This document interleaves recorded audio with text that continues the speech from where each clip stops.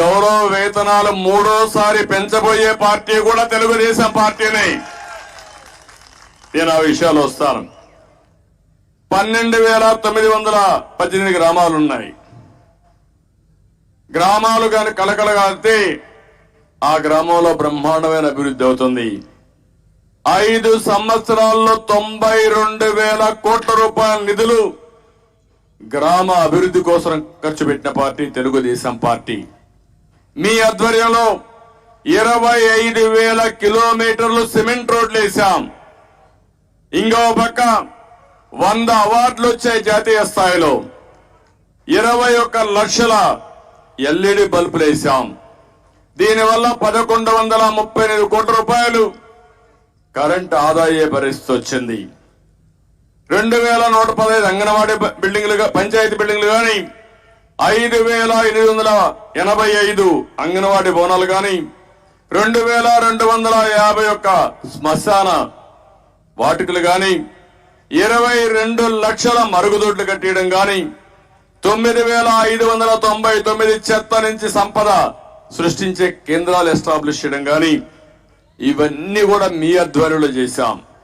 గ్రామాల్లో 6 లక్షల form Pond's ని ఎక్కడికక్కడ మీరే తవ్వించే పరిస్థితికి వచ్చారు. భారతదేశంలో ఒక పటిష్టమైన వ్యవస్థ ఇప్పుడే అందరూ చెప్పారు.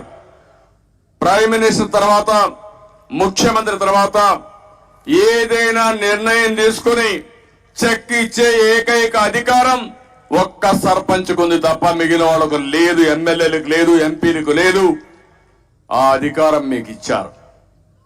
నిర్ణయాధికారాలు మీకు ఇచ్చారు. ఏది కావాలంటే గ్రామంలో ఒక రౌండ్ వేసినప్పుడు పలానా దగ్గర వీధి దీపం లేదంటే 2 నిమిషాల్లో అది వేసే అధికారం, ఒక దగ్గర రోడ్డు బాగాలేదంటే గ్రామంలో మీకు చెప్తే ఇమీడియట్ గా రోడ్డు వేసే అధికారం మీకుంది.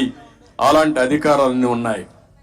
రెండోది, గ్రామంలో మీరు గుర్తుపెట్టుకోవాలి, క్రమేణా మనం అందరం కూడా ఆలోచిస్తే ఫైనాన్స్ కమిషన్ వచ్చింది. కేంద్రంలో ఫైనాన్స్ కమిషన్ ఉంది.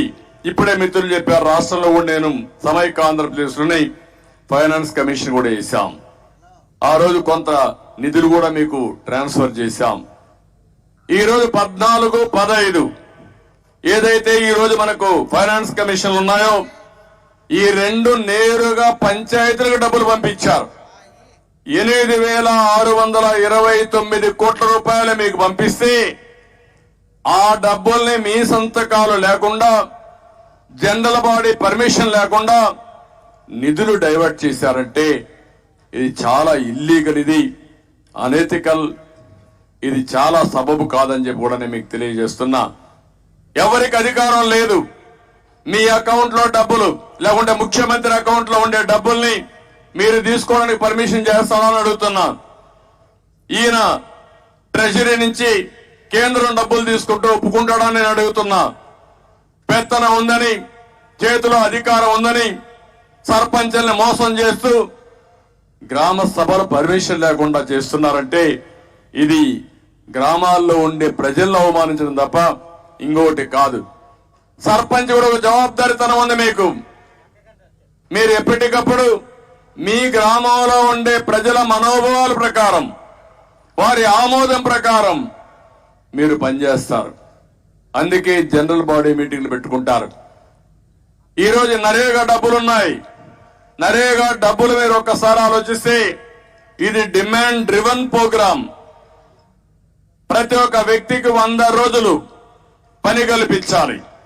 100 రోజులు పని కల్పించాలంటే ఎంత నిధులు కావాలో ఆ నిధులు ఇచ్చే బాధ్యత కేంద్రానిది. దానికి 90% కేంద్రం ఇస్తారు, 10% మనం పెట్టుకుంటాం. ఇందులో కూడా మీరు చూస్తే ఇప్పుడు కొద్దిగా మారింది, కానీ 70% నిధులు లేబర్ ఖర్చు పెట్టాలి, 30% నిధులు మెటీరియల్ ఖర్చు పెట్టుకునే అవకాశం ఉంటుంది.